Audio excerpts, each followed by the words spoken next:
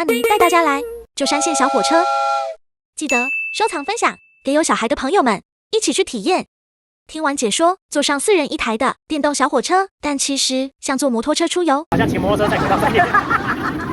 A、B、C 3种路线，建议参加 C 路线，沿途风景较好，隧道也比较多，隧道都有灯光投影，怕黑的不用怕，边欣赏边拍照，很美的。中间会停靠几个点，做导览解说。在隧道里好像是在走时光隧道，这里是内社川桥，苗栗与台中的分界线，做个抽奖问答完，前往下个点。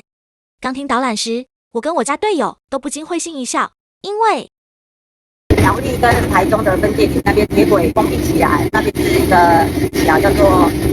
内社川桥，不要想歪，对，是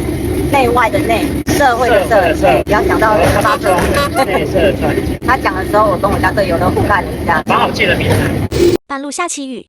还好车顶有雨棚，最后好像进香团，沿路有摊贩卖吃的，本来只想去个厕所，都忍不住吃起来。喂一下辛苦的摄影师队友。